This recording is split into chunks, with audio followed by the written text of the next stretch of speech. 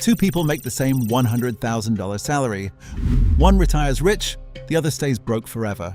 A record number of Americans are now carrying credit card debt that they can't pay down. Record debt levels, especially record debt in credit cards. This year to reach a record high of $1.08 trillion.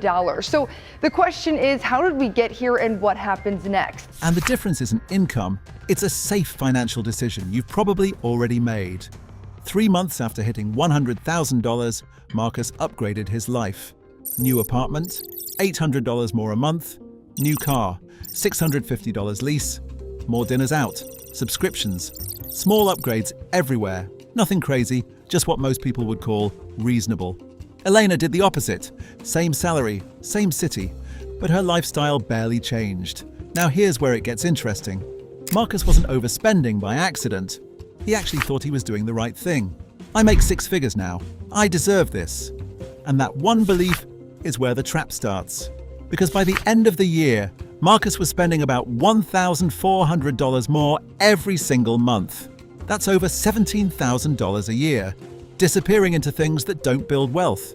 Your spending goes up, yet somehow your savings don't move. Well, that's lifestyle inflation, and it's not just a personal problem. It's reshaping economies. Now here's the part nobody tells you. Well, it's been a matter of life and death. Roughly half of all Americans ages 55 to 66 have nothing saved for retirement. That same $17,000 invested instead quietly turns into over $170,000 in 10 years and over $600,000 in 20. 1 year of lifestyle upgrades just cost him $500,000. Elena did something way less exciting. She kept her lifestyle the same and invested the difference. No flexing, no upgrades, just discipline. And that's why one of them looks successful, while the other actually becomes wealthy. 6 months after Marcus hit $100,000, the financial industry found him. Not by accident, by design. First, a whole life insurance pitch. $750,000 in coverage builds cash value, tax advantages. Sounds smart until you realize it's $460 a month for a product that mostly benefits the person selling it. Then came the wealth advisor. Exclusive portfolio, professional management, and quietly, over 3% a year in fees. On $50,000, that's nearly $2,000 gone. Every year, whether you make money or not. Then the offers start stacking. Premium credit cards. And concerned more and more people will fall into debt. The average APR for a credit card is now over 19%. An economic perfect storm. Millions of Americans are using credit cards just to stay alive. So we're talking about medical bills, car repairs, home repairs, day-to-day expenses, things like gas and groceries. Elite banking, crypto platforms promising higher returns. All targeting one type of person, someone who just started making real money. And here's what most people don't realize. This isn't random. These companies track behavior, promotions, income jumps, spending patterns. They know exactly when you feel successful, and that's when you're easiest to sell to, because successful people don't think they're being sold to. They think they're leveling up. That's why whole life gets pushed, huge commissions. That's why managed accounts get pushed, fees that never stop. That's why credit cards flood in, because high earners spend more. Marcus thought he was making smart financial moves. He wasn't making decisions, he was being guided. Elena got the same calls, the same emails, the same opportunities. She ignored all of them, and that's where the gap starts to explode. 15 months after hitting $100,000. Elena's account looked completely different, not because she earned more, but because she controlled what happened after she got paid. First move, she never upgraded her lifestyle, still living like she made $60,000, even though she was earning $100,000. And the extra money, it never sat in her account. It disappeared, automatically. 401k, maxed out. Everything else, straight into simple index funds. No advisors, no strategies, no trying to time the market. Just consistency. And here's the part most people miss. Your problems scale. You still are dealing with a finite number every month. Your worries, your anxiety, your budget scales to that. You still are dealing with a ceiling. Elena didn't rely on discipline. She removed the choice completely. Her paycheck was split before it even hit her account, so the money was gone before she could spend it. Meanwhile, Marcus was upgrading his life. Elena was upgrading her net worth. Same income. But one built habits around spending and the other built systems around investing.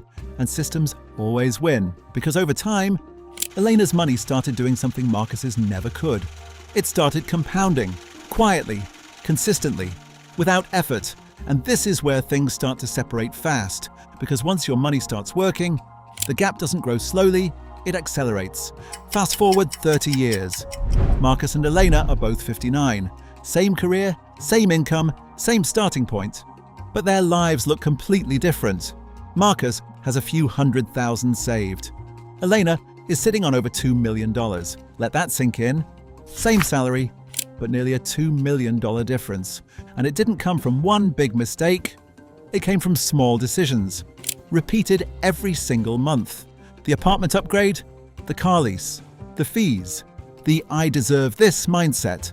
None of it looked dangerous until you zoom out. Because Marcus didn't just lose money, he lost time. 30 years of compounding. Gone. And time is the one thing you never get back. Elena understood something most people don't. Your first $100,000 isn't about what you can afford, it's about what you can't afford to waste. Every dollar you spend today is a dollar that never compounds. Every small upgrade quietly costs you hundreds of thousands later. And by the time most people realize this, it's already too late. But here's the part almost nobody talks about. This trap is completely avoidable. Credit card debt just reached a record high of $1 trillion. More than $1 trillion. $1.16 trillion. $1.2 trillion. A $1,200 bill. One day, Marcus finally looked at his numbers. Really looked. After 15 months of doing everything that felt right, he was worse off than when he started. The insurance, the fees, the upgrades, nearly $2,000 a month. Gone. Just to feel successful. Meanwhile, Elena built something completely different. Not with a complex strategy, but with one decision, repeated over and over again. She didn't upgrade her lifestyle, she upgraded her investments. She didn't chase better products, she avoided them. She didn't rely on discipline. She built systems that made the decision for her. By the time Marcus realized what was happening, Elena already had a head start he couldn't catch. And that's the part nobody wants to admit. This isn't about how much you make, it's about what you do immediately after, because once your lifestyle expands, it almost never shrinks. So here's the real question. That next raise, that next bonus, are you going to use it to look successful or to actually become wealthy? Because one of those decisions quietly costs you millions. Most people won't change after watching this.